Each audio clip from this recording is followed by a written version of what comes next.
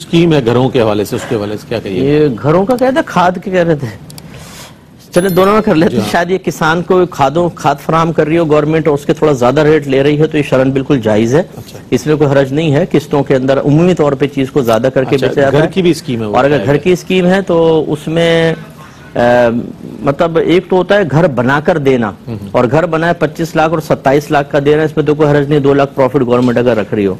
लेकिन अगर इसके लिए कर्जा दे रहे हैं और कर्जे के ऊपर कुछ नफा ले रहे हैं तो वो कर्ज के ऊपर नफा देना लेना सूद के जुमरे में आएगा। अच्छा। इसलिए हमारा मशवरा ये होगा कि ये पॉलिसी बना लें कि बैंक से जब ये मकान खरीदें तो जितना वो इंटरेस्ट लेना चाहती है गवर्नमेंट, मसलन 1 लाख रुपए लेना चाहती है 25 लाख पे फर्ज कर लें, तो 1 लाख का पेन बैंक इनको बेचे। अच्छा। ये 1 लाख का पेन खरीद ले और उस पेन की किस्तें मुकर्रर कर लें। अब देखें 26 लाख गवर्नमेंट को वैसे ही मिल रहे हैं, वही 1 लाख ज्यादा मिल रहा है, लेकिन पेन की कीमत के तौर पे मिल रहा है। और अगर पेन की कीमत हटा दें वैसे कर्जे के ऊपर 1 लाख लें तो वो सूद बन जाता है। तो इसको मुस्बत शक्ल में ले आए तो ज्यादा बेहतर है।